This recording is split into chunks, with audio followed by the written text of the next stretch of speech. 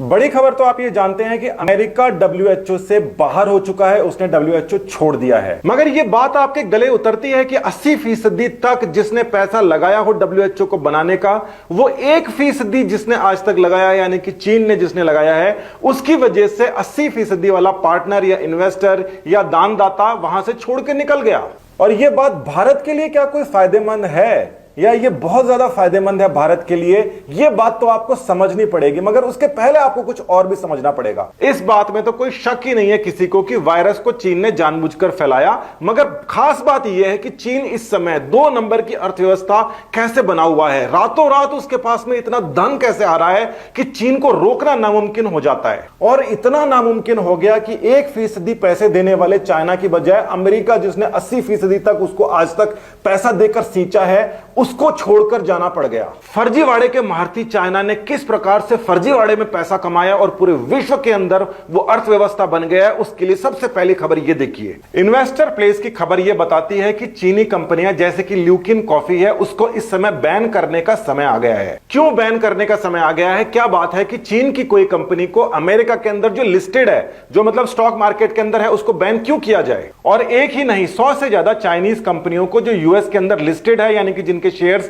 खरीदे बेचे जा सकते हैं, उनको संदेह के दायरे में रखा गया है। और ऐसा लगता है कि 5 रुपए की चीज को 5000 रुपए बना दिया गया था और सारा का सारा पैसा लूट के चाइना ले जाया गया और उससे पूरा का पूरा खेल किया गया। साधारण भाषा में समझिए, 10 रुपए की जिस कंपनी की हैसियत है, वो स्टॉक मार्केट के अंदर उतरती है और 50 रुपए के अंदर अपना शेयर बेच देती है। चाइना के ही लोग ज्यादातर उसके शेयर खरीद लेते हैं और 50 रुपए से उठा के उसको 70 रुपए का बना देते हैं। और वो कंपनी साल दर साल बताती है कि उसको प्रॉफिट ही प्रॉफिट होता जा रहा है। जो कंपनी साल दर साल बेहताशा प्रॉफिट दिखाती है, उसकी वैल्यू बहुत ज्यादा बढ़ जाती है और इतने बढ़ जाते हैं कि उसके जो शेयर्स हैं आसमान छूने लगते हैं। यानी 10 रुपए की चीज के ऊपर 50 रुपए और लगाए जाते हैं और उसको 500 रुपए का घोषित कर दिया जाता है। और शेयर खरीदने वाले, जो अमेरिका के जो लोग हैं, वो शेयर खरीदने वाले उसको बेहताशा खरीदते हैं, उसके अंदर बहुत पैसा डालते हैं। स्टॉक मार्केट के जानकार ये कहेंगे कि भाई कंपनी का ऑडिट किया जाता है, उसके अंदर पता लग जाता है कि इस प्रकार से फर्जीवाड़े में उसका प्रॉफिट नहीं दिखाया जा सकता। यह खबर देखिए, डोनाल्ड ट्रंप ने कहा कि हम चीनी कंपनियों का ऑडिट करेंगे। ऑडिट करने का मतलब होता है रिकॉर्ड चेक करते हैं और देखते हैं कि सही में इसको मुनाफा हुआ है या 10 रुपए की चीज का शेयर को 500 रुपए बना के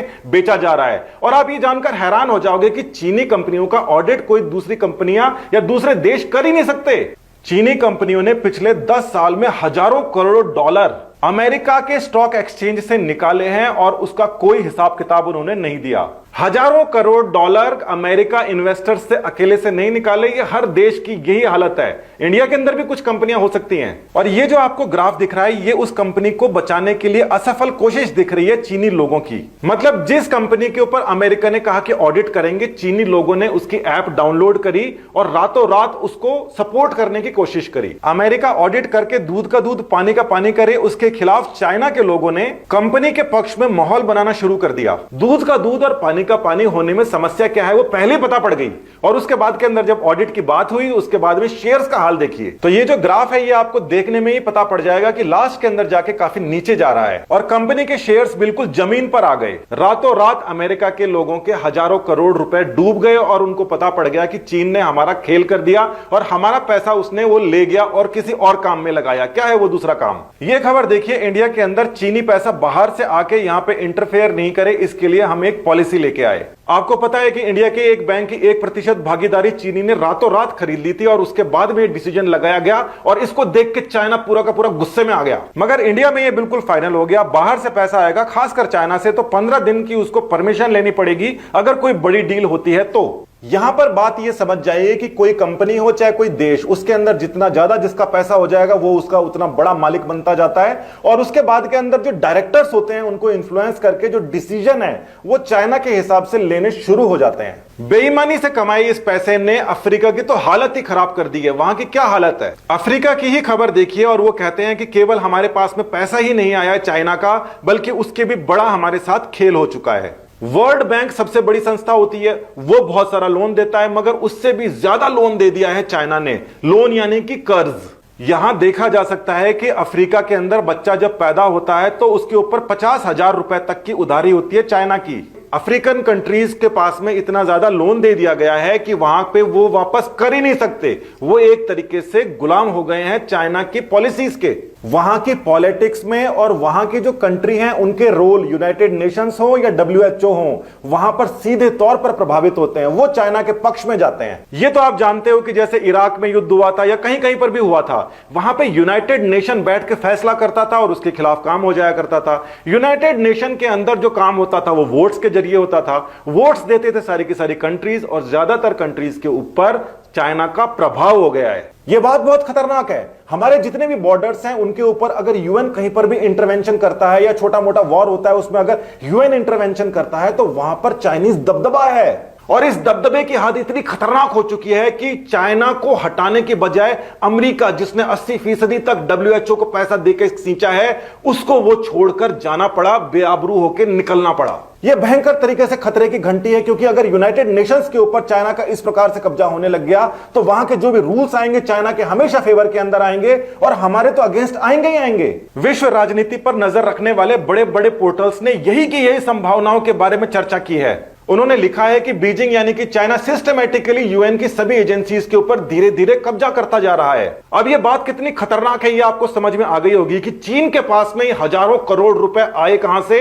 उसकी फर्जी कंपनियों के फर्जी स्टॉक से आए। और वो लगे कहां पर? वो दूसरे देशों को लोन देने के अंदर लगे। ये जो लोन वाला सिलसिला है इसको चाइना बहुत ही बेशर्मी से इस्तेमाल करता है। उसने जब जब यूएन की वोटिंग्स हुई है उसमें वोट डलने के बाद उन अफ्रीकन कंपनीज के कभी 50 मिलियन माफ कर देता है, कभी 60 मिलियन माफ कर देता है। इस प्रकार से उनके ऊपर रोज दबाव बनाता रहता है। अपने डब्ल्यूएचओ के जो चीफ हैं टेड्रोस हैं, वो भी अफ्रीकन कंट्रीज से आते हैं और उनकी जो कंट्री है उसके ऊपर भी इतना ज्यादा डेब्ट है कि वो चीन के खिलाफ जा ही नहीं सकते। हर एक संस्था के अंदर ना सिर्फ चीन के कई सारे लोग वहां पर महत्वपूर्ण पोजीशन पे हैं, बल्कि वहां पर धीरे धीरे जो बाकी जो लोग फंसे हुए हैं, जो बचे हुए हैं, उनको भी कैसे ना कैसे पैसा देकर, दबाव देकर, कैसे ना कैसे अपने हक के अंदर चाइना करता जा रहा है। डब्ल्यूएचओ से अमेरिका का बाहर निकलना एक प्रकार से इंडिया के लिए फायदेमंद इसलिए है क्योंकि ये जो यूनाइटेड एजेंसीज है जिनके ऊपर स्ट्रेटेजिकली चीन ने कब्जा किया है, कम्युनिस्ट पार्टीज ने कब्जा किया है, वहां पे उनके पास में अगर डिसीजन पावर नहीं होगी तो वो डिसीजन हमारे ऊपर थोपा नहीं जा सकता। देखा जाए तो सेकेंड वर्ल्ड वॉर के बाद के अंदर जो एक विश्व की कल्पना की गई थी जिसके अंदर मध्यस्थता करने की बात की गई थी, उस मध्यस्थता को अब सीधे तौर के ऊपर चाइना प्रभावित कर रहा है और उस प्रभाव को कम करने के लिए उन एजेंसीज की ताकत को तोड़ने का यह एक स्टेप हो सकता है। पैसा किसी के पास है, पावर किसी के पास है और साथ ही वो में हद लेवल तक बेशर्म है।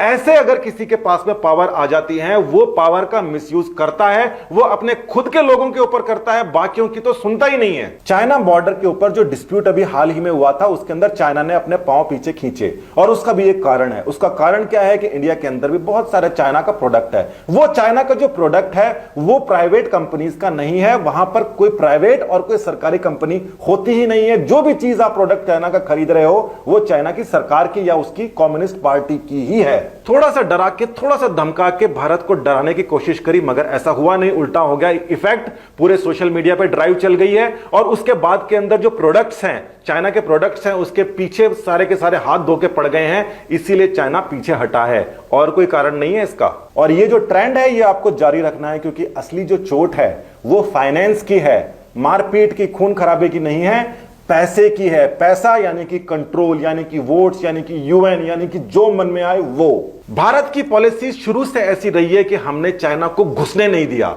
इसीलिए चाइना बुरी तरीके से चिढ़ा बैठा है। हमारे आसपास जितनी भी कंट्रीज हैं उन सबको उसने लोन दे रखा है, हमने लोन नहीं लिया। उसने यहां पर इन्वेस्टमेंट के हिसाब से घुसने की कोशिश करी, हमने 15 दिन का उसके ऊपर पीरियड लगा दिया। इस समय भारत बहुत ही अच्छी सिचुएशन में है, मगर उसके लिए हर एक इंसान को जागरूक होना पड़ेगा और उसको वर्ल्ड पॉलिटिक्स के ऊपर ध्यान लगाना पड़ेगा। आपस के अंदर पार्टीबाजी में पूरा समय खराब मत करो। और ये जो पॉलिसीज हैं ये किसी एक सरकार की नहीं है, शुरू से चलती आई हुई पॉलिसीज हैं। भारत ने अपना जो स्टेप है वो स्ट्रांग बना रखा है और धीरे धीरे और भी स्ट्रांग होता जा रहा है। अभी तो पोलें खुलनी शुरू हुई हैं और हमारे सामान्य आदमी की इंटरनेशनल समझ शुरू हुई है। जल्दी ही हम सारे के सारे इंटरनेशनल होंगे और हमारे को ये होना ही पड़ेगा, पीछे हम नहीं जा सकते। पोल खोल जारी रहेगी, आप भी जुड़े रहिए मेरे साथ। धन्यवाद, जय हिंद।